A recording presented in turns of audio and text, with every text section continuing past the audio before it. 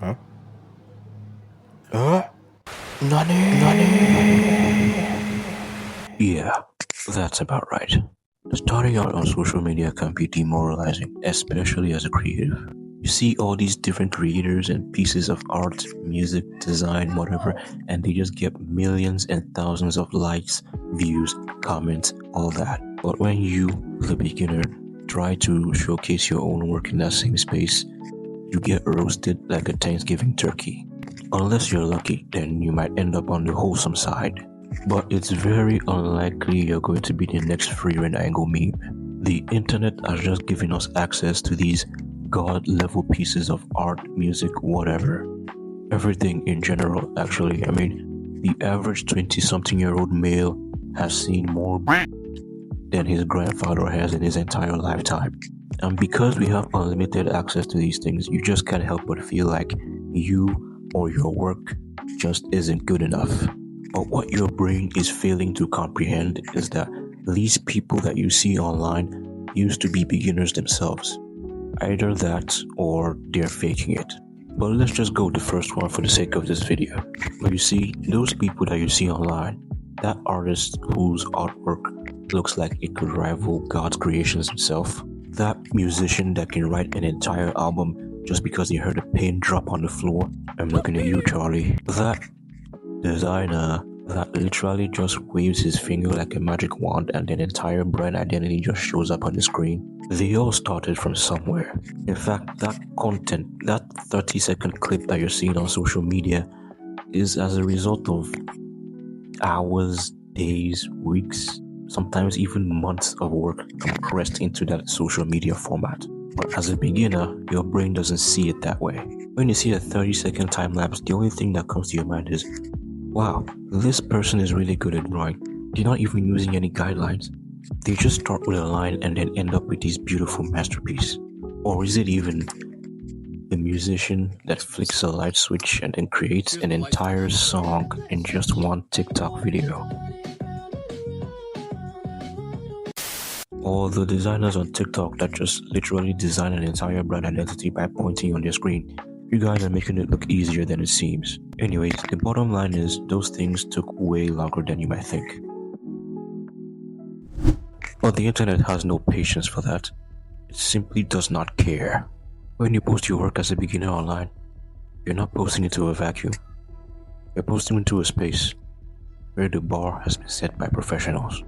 And these professionals have flooded the space with masterpieces.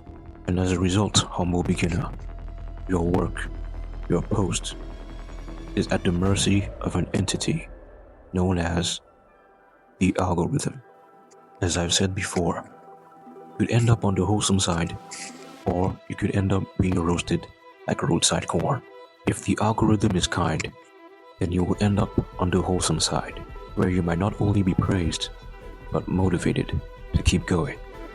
But if the algorithm shows no mercy, then you will get sucked into the black hole, and inside that black hole live the haters and the trolls.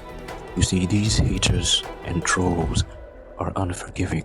Some of them might just roast you, but the others might go as far as burning you to ashes.